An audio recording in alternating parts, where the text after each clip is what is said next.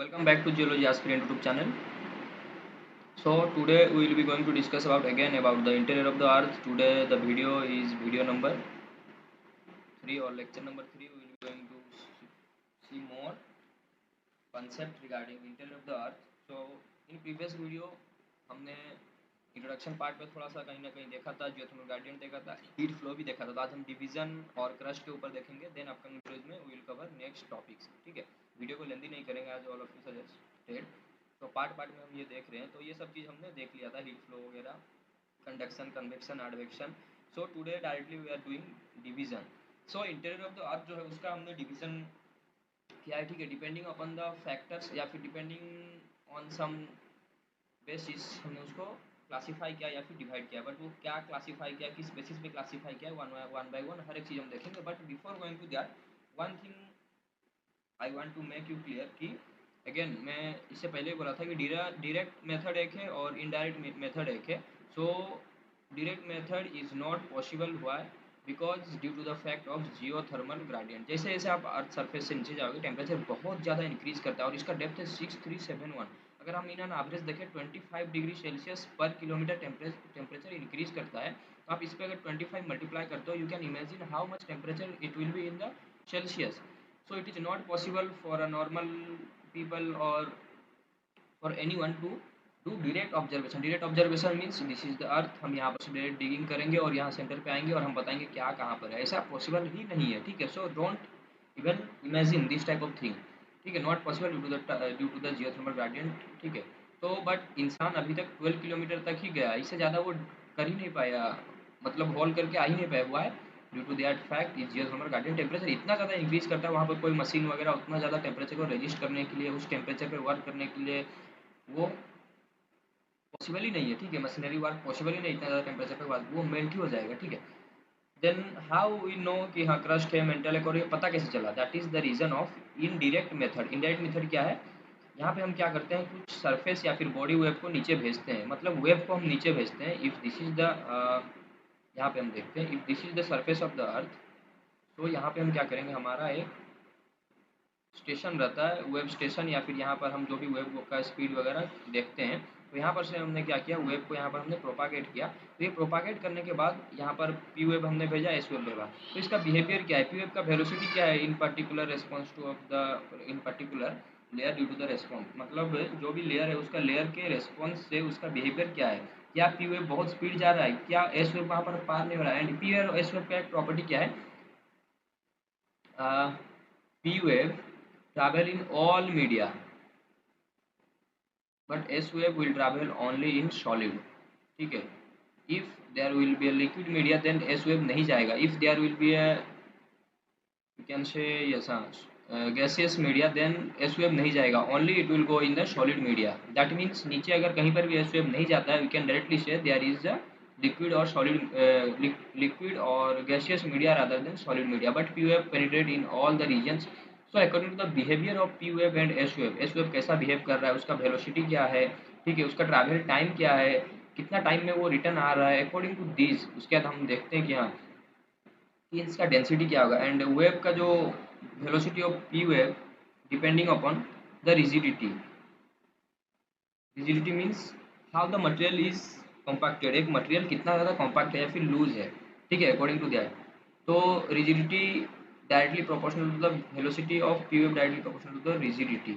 Much or higher the rigidity, higher the velocity. Lower the rigidity, lower the velocity. जितना कम rigidity रहेगा उतना slow और उतना late में एस वेव का पी वेव का ट्रैवल टाइम रहेगा। जितना ज़्यादा रिजिडिटी रहेगा उतना स्पीड में वो ट्रैवल करेगा। ठीक है, और रिजिडिटी लिक्विड फेज में क्या रहता है, जीरो रहता है, तो वो हम देखेंगे आगे। ठीक है, according to that we can correlate कि हाँ behaviour of P and S wave के अकॉर्डिंगली हम बोल सकते हैं कि हाँ पर्टिकुलर कोई भी लेयर में इसका स्पीड क्या है एंड वो लेयर क्या हो सकता है। ठीक है, I think now it is clear what is indirect method. In basically in indirect method we are sending sub waves, okay, and with the help of that wave we are interpreting. So हम classify करते हैं या फिर उसका division देखते हैं। On the basis of mechanical property, तो mechanical property के बेसिस पे हमने उसको क्लासीफाई किया, लिथोस्फीयर, आस्थेनोस्फीयर, ठीक है। And part of upper mantle and lower mental को हम क्या बोलते हैं, मेजोस्फीयर बोलते हैं। यहाँ पर आप देख सकते हो साइड डायग्राम में, यहाँ पर हम देखेंगे। And again you have outer core and inner core, दोनों को ही हम कंबाइनली क्या बोलते हैं। तो on the basis of mechanical property we are classifying it into lithosphere, यहाँ पे आप देख सकते हो फर्स्ट लिथोस्फीयर, asthenosphere, तीन में mesosphere and barysphere. So we are classifying interior of the earth into four section depending upon the mechanical property, ठीक है। तो what are these, lithosphere, lithosphere consisting crust. अब क्रस्ट क्या है, आगे भी और एक क्लासिफिकेशन देखेंगे। सो इस पार्ट को यहाँ तक तो हम लिथोस्फीयर बोलते हैं, ठीक है। देन यू हैव द आस्थेनोस्फीयर, ये आस्थेनोस्फीयर है। एंड अपर मेंटल, ठीक है, कुछ अपर पार्ट को छोड़ देने से जो remaining upper mantle and lower mantle containing mesosphere, and you have the barysphere, okay. So this is the classification on the basis of mechanical property. Again, we are classifying interior of the earth into crust, mantle, core on the basis of composition. Composition के basis पे भी हमने इसको classify किया है crust, mantle और core पे, ठीक है। तो ये सभी को पता है crust क्या है, mantle क्या है, core क्या है, इसको भी हम देखेंगे वन बाय वन। एंड यहाँ पे भी आप देख सकते हो crust, mantle, ये core में outer core है, you have the inner core। So two different, यहाँ पे देख सकते हो एक ही इमेज में दोनों टू डिफरेंट क्लासिफिकेशन हमने देखा है। इस साइड में जो है वो केमिकल क्लासिफिकेशन है, आज you have crust, mental and core. And here you have the mechanical और फिजिकल क्लासिफिकेशन, ये केमिकल है तो ये क्या हो जाएगा, फिजिकल लेयरिंग। और इसी को आप बोल सकते हो मैकेनिकल क्लासिफिकेशन। तो यहाँ पे आपके पास है क्या है, लिथोस्फीयर, यहाँ पे आपके पास है आस्थेनोस्फीयर, ठीक है। यहाँ पे आपके पास है मेजोस्फीयर, यहाँ पे आपके पास है बारिस्फीयर। आस्थेनोस्फीयर क्या है, upper part of upper mantle, ये lithosphere crust plus upper part of upper, ये भी upper part of upper mantle. After that you have a lower velocity zone, ये क्या है हम देखेंगे आगे। इसी को हम बोलते हैं asthenosphere, not upper part of upper mantle. Upper part of upper mantle and crust combining to form a lithosphere, ठीक है।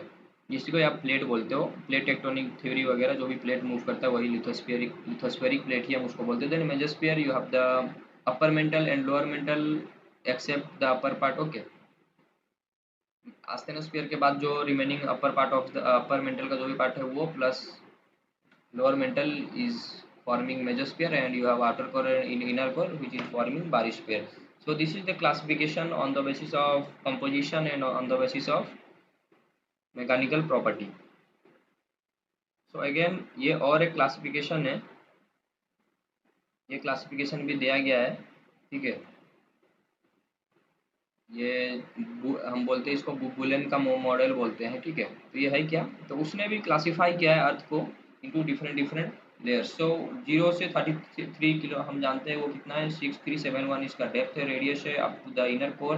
सो फ्रॉम 0 टू 33 उन्होंने इसको ए नेमिंग किया। अगेन 33 टू 410 जिसको ये हम बोलते हैं स्टार्टिंग ऑफ ट्रांजिशन जोन, यहाँ पर उसको बी लेयरिंग किया। अगेन सी लेयरिंग को हम 4102 टू 1000 तक उन्होंने इसको सी लेयर बोला। And D layer 1000 to 29। तो ये basically up to the upper mantle, from upper mantle to up to the ये lower mantle and outer core transition layer, then inner core को इन्होंने ई एफ जी कुछ इस तरीके से नेमिंग किया, ठीक है। ये भी एक क्लासिफिकेशन है और इसी को ही हम बोलते हैं बुलियन मॉडल, ठीक है। So will see about crust क्या है, और क्रस्ट के बारे में आज हम देख के यहाँ पर स्टॉप कर देंगे। फिर अपकमिंग वीडियोज में हम एक वीडियो में मेंटल के बारे में देखेंगे एंड अनदर वीडियो में हम कोर और कुछ प्रोफाइल वगैरह देखेंगे combinely. Then we will go to the previous question. So crust क्या है, all of you know crust, it is the top most layer of the earth. Earth का top most layer को हम crust बोलते हैं। This is the earth, this is the core and this is mantle. So ये जो top most part है इसका, इसी को हम क्या बोल रहे हैं, सरफेस को हम क्या बोलते हैं, crust, okay. Its thickness over the oceanic area is 5 to 10 kilometer, all of you know, whereas on the continental area, some people considering 33, some people considering 35 kilometers, okay. And in the orogenic belt, its thickness ranging from 55 to 70 kilometers approx, ठीक है। And इस composition is heterogeneous in composition. अगर crust का हम बात करें तो इसका कंपोजिशन जो रहता है हेटेरोजीनियस रहता है। And all geological activity occur here, चाहे आप फोल्ड का बात कर लो, फोल्ड का बात कर लो, क्रैक, जॉइंट, जो भी सरफेशियल जियोलॉजिकल एक्टिविटी आप देखोगे यहीं पे मिलेगा। वेदरिंग से लेके इरोजन से लेके orogeny epeirogeny all the things you can observe happening here. And brittle deformation mainly crust में होता है, कोई भी चीज हो वो टूट जाता है, ठीक है, rather than going to bend. Bend कम होता है, ऐसा नहीं कि बैंड होता नहीं है, बट एक लिमिट तक होता है, then after that limit it will going to break, and इसी को हम बोलते हैं brittle deformation. So crust have the property to give brittle deformation. So crust को अगेन हमने क्लासिफाई किया upper crust and lower crust. Okay, crust को हमने क्लासिफाई किया upper crust and lower crust. Again lower crust इसी को ही हम बोलते हैं सियाल। ओके, अभी क्या ये सियाल हम देखेंगे। And you have lower crust को ही हम क्या बोलते हैं, सीमा। ठीक है, ये आपकी फ्रेंड वाली सीमा नहीं है, ये कुछ अलग कंपोजिशन के बेसिस पे नेमिंग है। ओके, एंड सीमा को ही हम फिर बोलते हैं outer sima and inner sima. So what are this, again sima मतलब लोअर क्रस्ट को ही हमने क्लासिफाई किया outer sima and inner sima में। वो क्या है डेप्थ वाइज हम देखेंगे। जस्ट आपको मैं एक ओवरव्यू दे देता हूँ। We know the thickness of the crust 33 kilometre. So if this is the zero, 0 to अगर आप 11 किलोमीटर तक आते हो, यहाँ पर आपका रहता है अपर crust. 11 to 33 you have the lower crust, but 11 to I think near about 18 or 19 kilometers you have the outer seama, and after 19 kilometers, consider 19, you have the inner seama. Okay, just ये depth wise मैंने overview दिया, ये 33 है, and we will see one by one. So what is upper crust, let's see. ये क्या हो गया, wait a minute. Yes, this is your upper crust. So upper crust क्या है हमने देखा। तो इसका कंपोजिशन का अगर मैं बात करूँ, it is granitic to granodioritic in the composition, felsic in composition, और can say acidic in the composition, but it is good to use this term rather than acidic. Okay, both have the same meaning. So upper crust of the felsic composition, less density near about 2.7 in an average, you can say gram per cc, or you can say 2700 kg per meter cube. Cc means centimeter cube. Okay, so don't be confused. Density generally lower than the lower crust. Lower crust से density क्या रहता है, कम ही रहता है, ठीक है। And depth, जैसे कि मैंने स्टार्टिंग में आपको एक ओवरव्यू दिया डेप्थ वाइज, तो 0 to 11 किलोमीटर में ही अपर क्रस्ट रहता है इन एन एवरेज। ऐसा नहीं कि अब हर जगह पे आप बोलोगे इतना ही रहेगा, just we are taking the average. And contain mainly silicon and aluminium, and यहाँ पर से SI हमने लिया एंड एल्यूमिनियम से A लिया, क्योंकि इसका कंपोजिशन में मेनली आपको सिलिकॉन एंड एल्यूमिनियम दिखता है, तो अकॉर्डिंग टू दैट इसको हमने नेम दिया Cl। Okay, and similarly silica and magnesium की वजह से लोअर क्रस्ट को सीमा नाम दिया गया, वो हम देखेंगे। Form 4.0 billion year ago during the crystallization phase. Crystallization phase पे अब जब हम देखेंगे interior of the earth, not interior of the earth, time scale जब हम देखेंगे किस तरीके से अर्थ बना, किस तरीके से लाइफ उसमें आए, तो यहाँ पर हम देखेंगे क्या क्या डिफरेंट फेज थे, आर्कियन में क्या हुआ, प्रोटोजोइक में क्या हुआ, मीडियन में क्या हुआ, हर एक चीज़ हम देखेंगे, ठीक है, अपकमिंग डेज में। क्योंकि फिजिकल जियोलॉजी में टाइम स्केल भी हम कवर करेंगे विद द पॉइंट ऑफ जाम syllabus. Okay, all the types of rock are found. अब यहाँ पर हमने बोला कि डोमिनेटली ग्रेनाइटिक रॉक आपको मिलता है, that means igneous rock, but that doesn't mean that you will not gate sedimentary or metamorphic rock. ठीक, all the type of rock you will be finding here, igneous, sedimentary and metamorphic rock. But igneous में भी ज़्यादातर आपको यहाँ पर granitic composition देखने को मिलेगा, बट दैट डजंट मीन यहाँ पर आपको क्रस्ट में बेसॉल्ट नहीं मिलेगा, ठीक है, बेसॉल्ट और you will find, but more और लेस या फिर ज़्यादातर आपको ग्रेनाइटिक कंपोजिशन का रॉक ही देखने को मिलेगा। Then you have the lower crust. In lower crust देखते हैं फिर लोअर क्रस्ट को ही हम क्या बोलते हैं, लोअर कॉन्टिनेंटल क्रस्ट बोलते हैं। Higher density as compare to upper crust का था 2.7, बट हियर 2.9 to 3 और 3.4 तक कभी कभी जाता है ग्राम पर सीसी। और इसी को ही अगर आप बोलते हो 2.9 को ही आप अगर ग्राम पर सीसी से इसको रिप्लेस करके आप बोलोगे केजी पर मीटर क्यूब में, तो ये 2900 केजी पर मीटर क्यूब हो जाएगा। बस there is a conversion, you need to multiply 10 to power Q. Okay, तो इसको याद रखना 10 का Q. So composition contains silica and magnesium, so we are giving it name sima, ठीक है। अब समझ में आया, ये आपके फ्रेंड वाले सीमा का नाम की वजह से नहीं दिया गया है, ठीक है, ये कंपोजिशन की वजह से दिया गया है। And depth ranging from 11 to 33 kilometre, जो कि हम बोल सकते हैं 22 किलोमीटर, ठीक है, कौन, lower crust.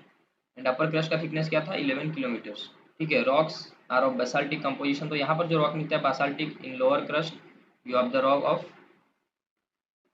basaltic composition, but in upper crust you have the rock of granitic to grano diuretic. Okay, remember this. Then again we are dividing it outer Seema and inner सीमा हमने देखा था, तो outer सीमा कहाँ तक extend होता है, extend up to 19 kilometres, consist rock of intermediate composition. तो basalt से यहाँ पर हम अभी, तो अगर आप देखो यहाँ पर ग्रांटिक था, फिर बेसॉल्ट, अगेन बेसॉल्ट में भी टोटली कंपोजिशन हमने ओवरऑल देखा बेसॉल्टिक, बट यहाँ पर इंटरमीडिएट इन कंपोजिशन ये हो जा रहा है outer Seema. Then again, if I will say about inner seama extend from 19 to 33 kilometers, consist rock of basic और माफिक और you can say ultra basic composition. ठीक है, तो हम फेल्सिक से माफिक तक आ रहे हैं, माफिक से फिर अल्ट्रा माफिक तक भी हम आ रहे हैं। ठीक, कंपोजिशन कैसे वेरी हो रहा है इसको देखिए। So you have a Conrad discontinuity which is separating sial and sima.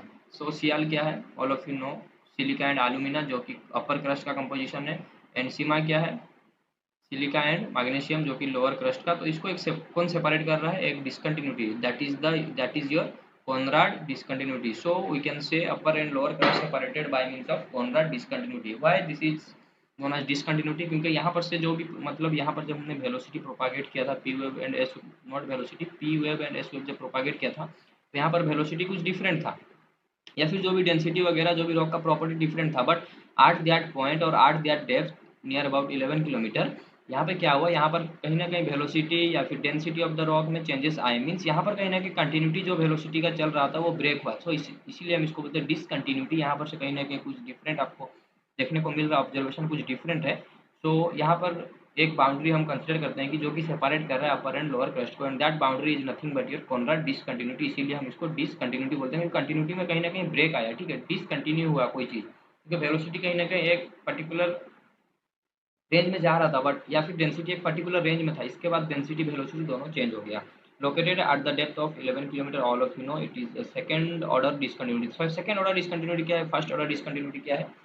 So if you are clear about discontinuity, discontinuity क्या है, कोई चीज़ कंटिन्यूस चल रहा है बट आप इन सर्टन डेप्थ, और स्पेशली मैं इंटीरियर ऑफ द अर्थ के रेफरेंस से बोल रहा हूँ। ठीक है, तो यहाँ पर कहीं ना कहीं कुछ प्रॉपर्टी में चेंजेस है, इट में भी डेंसिटी, इट में भी वेलोसिटी, ठीक है, एनीथिंग, तो चेंज आया, या फिर इट में भी composition, that means there is a break in continuity, इसीलिए हम इसको बोलते हैं डिसकंटिन्यूटी। ठीक है, तो मेनली आप crust, chemically crust, mental and core में डिवाइड करते हो, तो यहाँ पर कहीं ना कहीं इसको जब आप डिवाइड करो कहीं ना कहीं डिसकंटिन्यूटी आ रहा है, तो यहाँ पर जो डिसकंटिन्यूटी है इसको हम बोलते हैं मोहो डिसकंटिन्यूटी, और इसी को ही हम बोलते हैं यहाँ पर जो मेंटल और कोर के बीच में जो डिसकंटिन्यूटी आता है, या फिर जो भी एक बाउंड्री है जो कि डिवाइड करता है मेंटल एंड कोर को, इसी को हम बोलते हैं गुटेनबर्ग विचर डिसकंटिन्यूटी। आगे हम देखेंगे अपकमिंग वीडियोस में। सो ये जो दो डिसकंटिन्यूटी है इसको हम बोलते हैं प्राइमरी डिसकंटिन्यूटी। आफ्टर दैट जितना भी डिसकंटिन्यू आएगा, चाहे वो क्रस्ट में अपर क्रस्ट लोअर क्रस्ट को डिवाइड करे, मेंटल में अपर मेंटल लोअर मेंटल को डिवाइड करे, या फिर अदर कुछ जोन आ जाए, या फिर कोर में upper core, outer core and inner core को डिवाइड करे, तो all the remaining discontinuities consider as second order discontinuity. ठीक है, आफ्टर मोहो एंड गुटेनबर्ग, जो कि क्रस्ट मेंटल का जो डिसकंटिन्यूटी है दैट इज फर्स्ट ऑर्डर और primary discontinuity, and mantle core का जो डिसकंटिन्यूटी वो सेकंड ऑर्डर, वो भी फर्स्ट ऑर्डर है और primary discontinuity. After that other discontinuities are consider as second order discontinuity. I hope ये चीज़ आपको क्लियर हो गया है। नेक्स्ट वीडियो में हम मेंटल के बारे में देखेंगे। सो अगर कुछ भी डाउट हो रिगार्डिंग दिस आप कमेंट सेक्शन में जरूर पूछ सकते हैं, and thank you for watching, and don't forget to subscribe for upcoming videos.